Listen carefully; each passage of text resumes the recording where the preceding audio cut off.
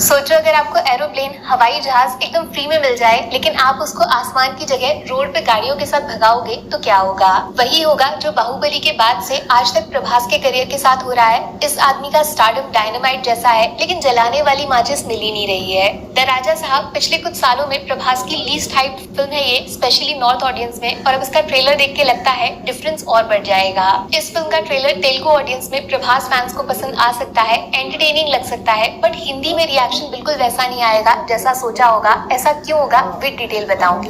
प्रभास इन horror cinema सोच के ही ऐसा लगता है ना, नए रिकॉर्ड्स बनेंगे, पुराने वाले पहले दिन में टूटेंगे। ऊपर से comedy for family, box office खजाना खुल सकता है। जब भूल भुलैया 3 ने 400 करोड़ कर लिया तो अपना डायनासोर 1000 पार कर सकता है। लेकिन इस लेवल की हिंदी डबिंग के साथ अगर आप प्रभास जैसे एक्टर को ऑडियंस के सामने ट्रेलर में लॉन्च करेंगे तो अपना पैर सीधा जाके कुल्हाड़ी पे मार देंगे। अच्छी बात यह है 3.5 मिनट लंबे ट्रेलर के बाद भी फिल्म में एक मिस्ट्री फैक्टर बना हुआ है। स्पेशली ये उल्टा पुल्टा सीन इसने राजा साहब को एक्साइटिंग कर दिया है। कुछ सीन्स जो राजा रजवाड़ों के टाइम के दिख रहे हैं उसमें दिमाग लगा सकते हो। ये पैसों का एंगल भी अलग सरप्राइज होगा और हिप्नोटिज्म का ट्विस्ट भी कुछ हटके है, डिफरेंट है। और एंड में वो डायलॉग राजा नहीं राक्षस हूँ, ये सिर्फ एक अच्छी बात है इस ट्रेलर में, जिसको देखकर लगा हाँ प्रभास के लेवल की कोई फिल्म आ रही है। नोटिस किया इतना बड़ा पैर किसका है? शायद संजय दत्त जो टीजर में उतना इम्पैक्ट नहीं डाल पाए थे। इस ट्रेलर में उनके सीन्स कम है लेकिन सब में दम है। चेहरे से ही विलेन वाइब्स आ रही हैं, तो सोचो जब इनकी स्टोरी रिवील होगी जिसमें शैतान छुपा होगा तो डर गिरेगा नहीं सिर्फ बढ़ेगा।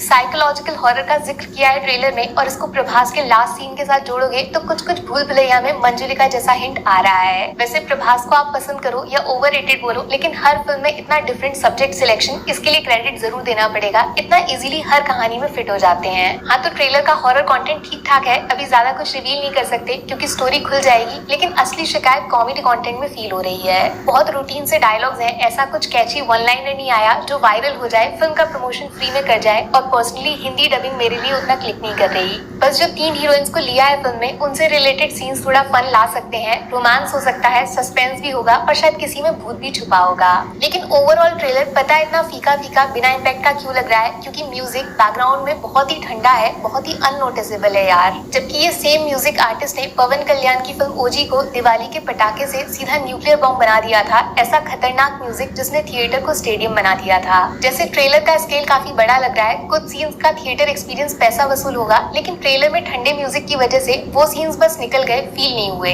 और हाँ कुछ एनिमेटेड सीन्स हैं जहाँ हैवी वीएफएक्स डाला है, वो ट्रेलर में थोड़ा अटक रहे हैं, लैग कर रहे हैं। इन सारे सीन्स का आइडिया जबरदस्त है, लेकिन प्रेजेंटेशन अभी 400 करोड़ बजट के जैसा फील नहीं हो रहा है। रिलीज में 3 महीने बाकी है, इस पे अच्छे से काम करना पड़ेगा।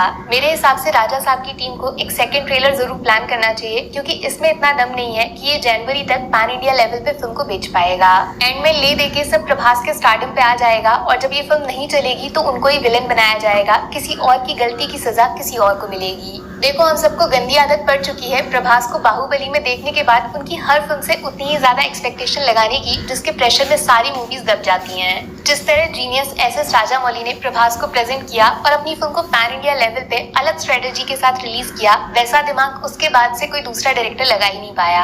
राजा साहब का ट्रेलर देखकर राजामौली कर्स श्राप की याद आ गई मुझे। तेलुगु में कुछ लोग बोलते हैं जिसने राजामौली के साथ फिल्म कर ली उसके बाद बिना राजामौली के वो एक्टर अकेले अपने दम पर वैसा सक्सेस रिपीट ही नहीं कर सकता। और पता नहीं क्यों उस बात पे भरोसा सा होने लगा है, क्योंकि सलार जैसा थिएट्रिकल एक्सपीरियंस भी लोगों ने अप्रिशिएट नहीं किया, कल्कि को उतना क्रेडिट नहीं दिया जो मिलना चाहिए था। जब इन दोनों फिल्मों के साथ ऐसा हुआ तो फिर राजा साहब के साथ पैन इंडिया में क्या होगा, वो फिलहाल अच्छा फीलिंग नहीं दे रहा है। दूसरा ट्रेलर लाइए और पब्लिक को भरोसा दिलाइए, हम आदि पुरुष नहीं बनने देंगे, बाहुबली भी नहीं बनाएंगे, लेकिन राजा साहब को ऐसा बनाएंगे जो एक बार देखेगा भूल नहीं पाएगा। तो इन शॉर्ट, एक्टर फायर लेकिन trailer flower, story fire, comedy flower और सबसे जरूरी पब्लिक रिएक्शन, वो आप कमेंट्स में बताओगे। Take care, bye bye.